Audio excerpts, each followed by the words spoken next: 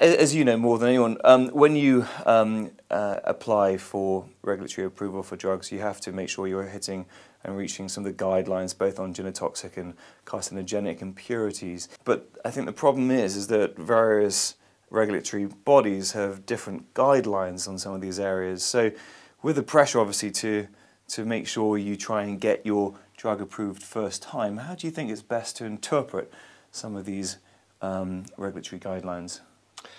I think it's very true to say that there's different interpretations of the guidelines, and that's not just different interpretations between the EU guidelines and FDA, although that is the case. We often see different interpretations of the same guideline from different regulatory bodies within Europe. And I think part of the problem is that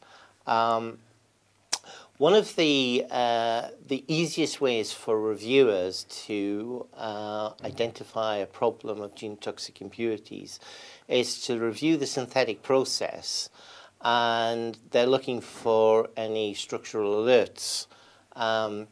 So what tends to happen is that we use reactive intermediates to bolt the molecule together, a bit like a jigsaw essentially.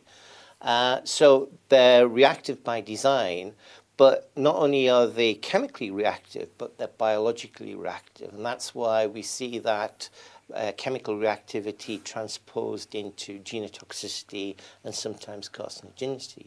Yeah. So what the regulators tend to do is they look at the API synthesis, and maybe it's 10 stages in total, and they identify that there's 6 or 7 reactive intermediates involved.